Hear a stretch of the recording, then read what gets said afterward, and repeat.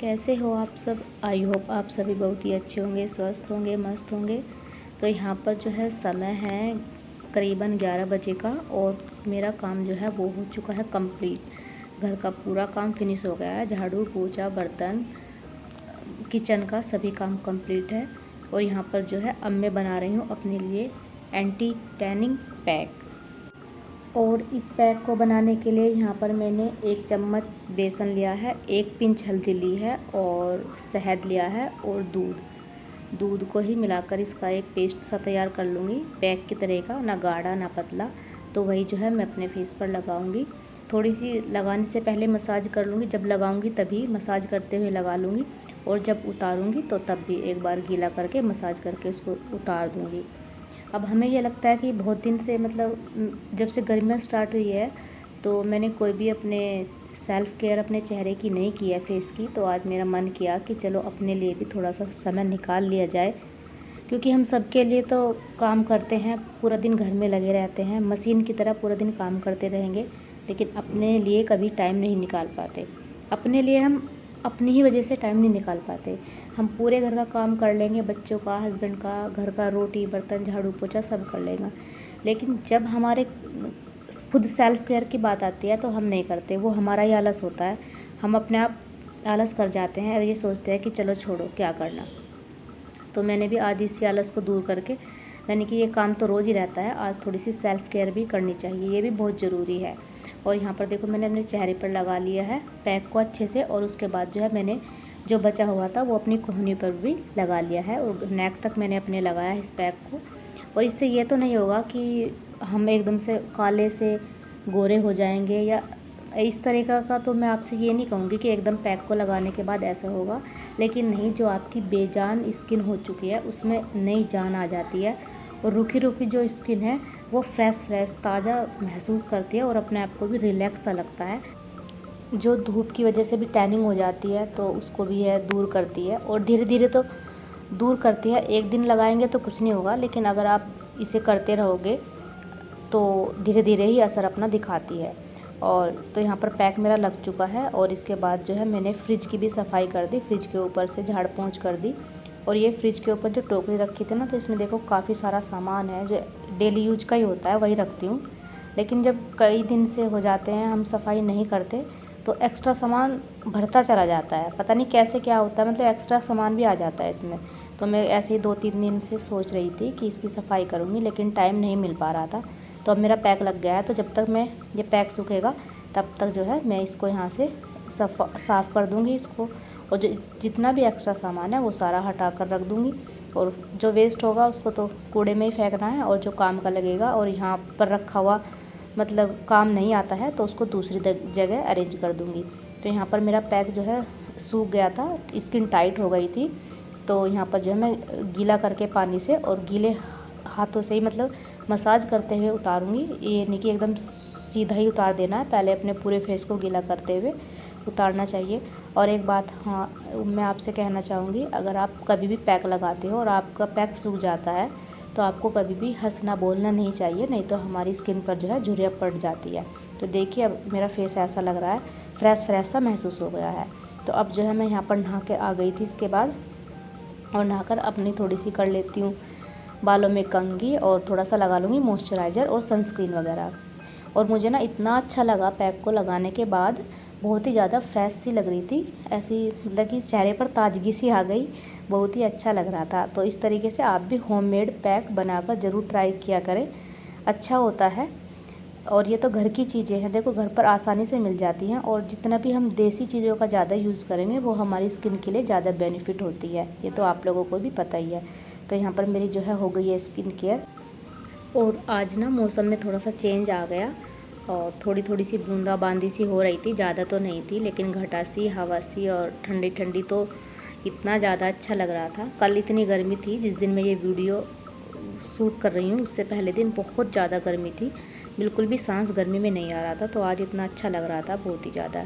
तो अब मैं आ गई हूँ किचन में, क्योंकि अब खाएंगे खाना, अभी तक खाना नहीं खाया है। तो यहाँ पर ये मेरी जो है रोटियाँ रखी थी रात वाली, तो इन्हीं को जो है मैं पराठे बना रही हूँ घी लगा करके।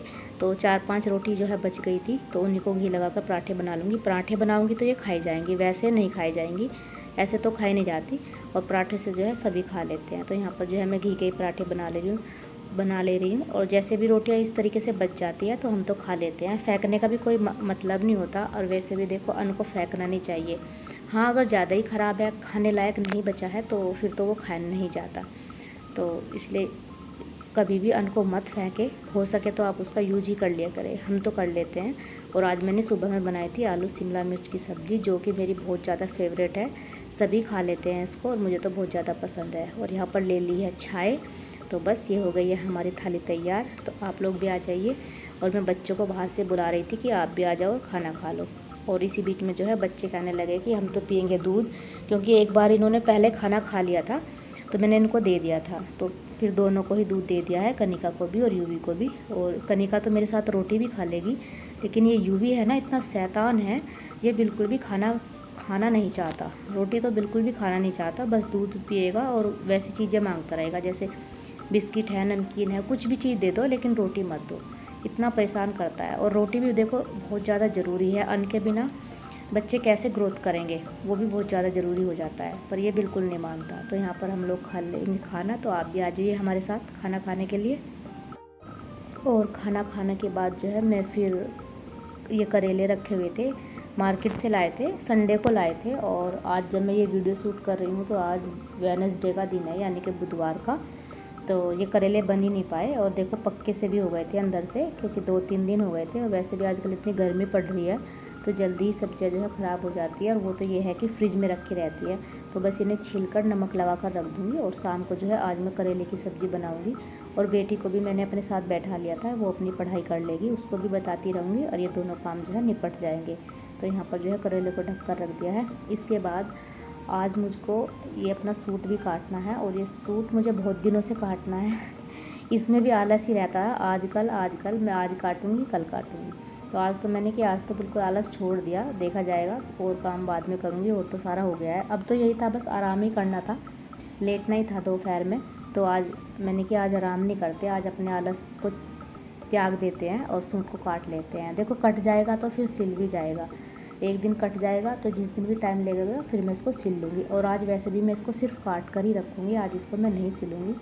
सूट मैं अपने आप ही सिल लेती हूँ, तो इतनी सिलाई तो मुझे आती है कि मैं अपना सिल लूँ, लेकिन मैं दूसरों के नहीं सिलती, किसी के, बस अपना ही हो जाए बच्चों के साथ में, तो वही काफ़ी है।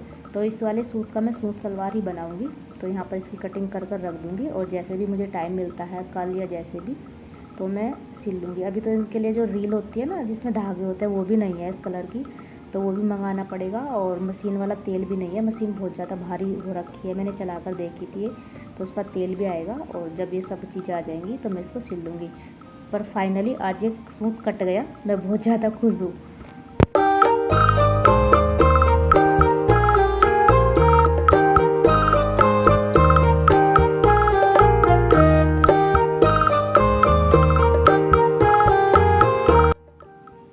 और फिर जो ये समय है, ये है शाम के 5 बजे का।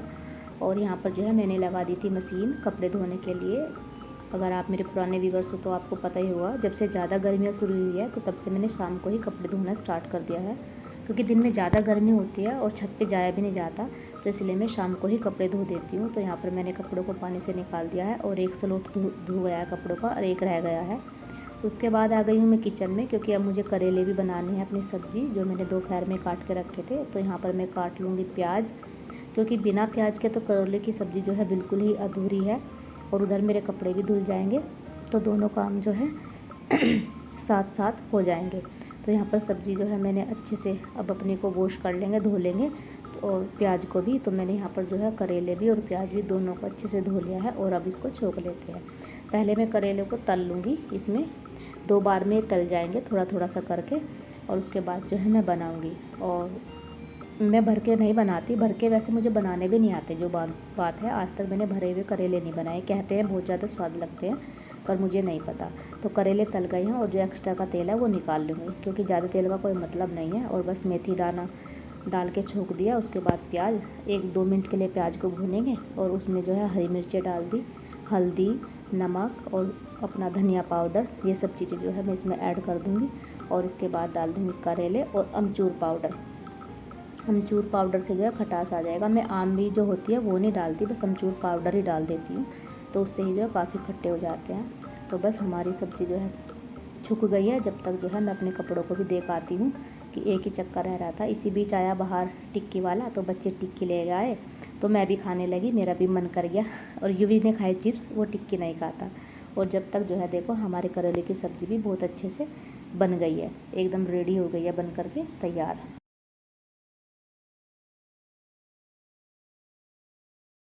और तब तक जो है कपड़े भी सारे धुल गए थे, 2 ही चक्कर में आ गए थे, ज़्यादा कपड़े नहीं थे। तो बस अब जो है मैं कपड़ों को यहीं पर मैंने रस्सी बांध लिया है और यहीं पर सुखा दूँगी, क्योंकि अब तो ऊपर जाऊँगी नहीं सुखाने के लिए, और यहीं सूख जाएंगे, रात भर पंखा चलेगा।